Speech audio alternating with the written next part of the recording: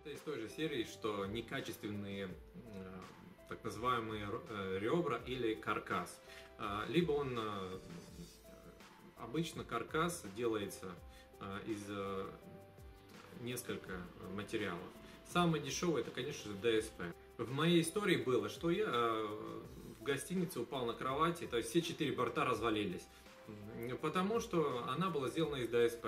Не скажу, что сильно шалели, но это случилось.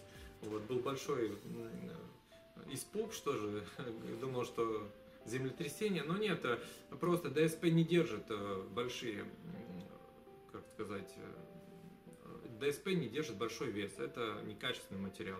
Поэтому очень часто все или большинство хороших производителей сейчас делает массив именно там, где каркас соединяется, вот, где ставится матрас. Это более устойчиво.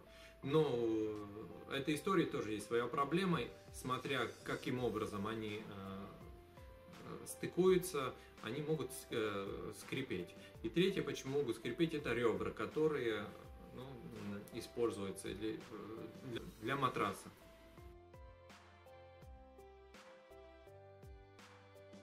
Если вы поняли, что самостоятельно вам ремонт сделать не так уж просто, то оставьте заявку ниже, и наш специалист с вами в кратчайшее время свяжется.